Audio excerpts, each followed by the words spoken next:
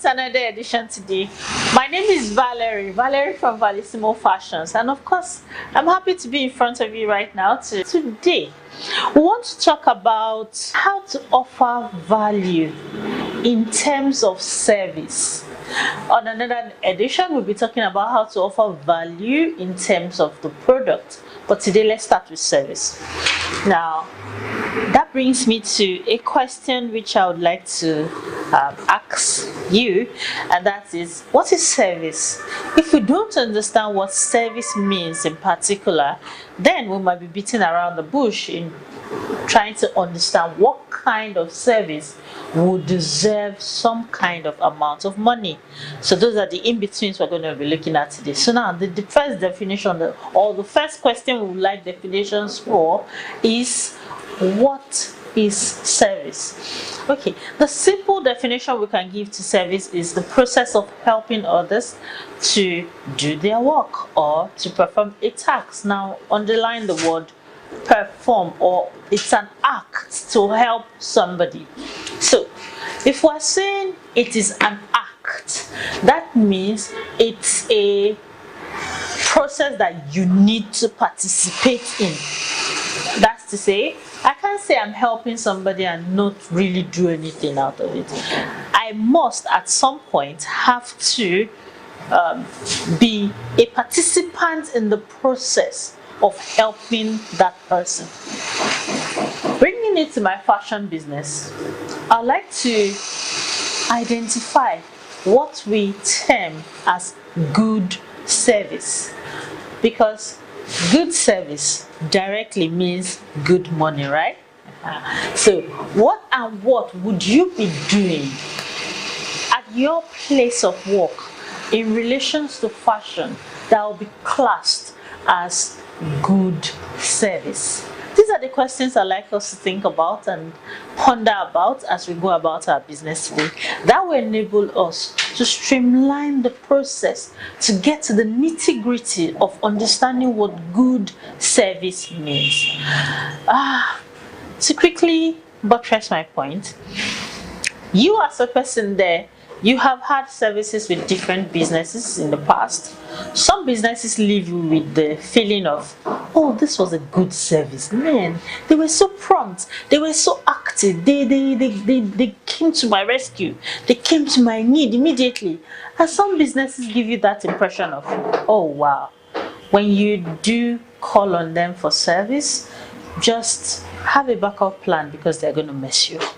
Now, that definitely creates a reputation. It means that our idea of a good service or a bad service simply leaves reputations. A good service will consist of something or any action that will enable the client to say, I got value for my money. Now, how do I tell myself I have value for money? If I am satisfied to a reasonable extent during the exchange of money. I'll say that again. Good service could be defined as anything that makes a client feel that I am satisfied to a reasonable extent. The reason why I'm saying reasonable extent is because to some extent, you can't entirely give 100% service. To some extent, some school of thought would argue that you are expected to give the 100% service. But we also understand that there is the human factor into it. Hence, there should be some room left in terms of, oh, okay, they were not able to do this, but because they did this, and this, I am okay with the service. Let me give you an example of what the impression good services give to people. I heard a story somewhere some time ago where a lady went to wash her car, and a lady went to repair her car. Now, when she finishes her repairs in this particular place, sometimes she's not there to pick up the car immediately. Now, she probably sends a driver to go get her car while she's in the office. So, but anytime they come back with the car to her office, the car is usually looking sparkling clean, even though she went for service.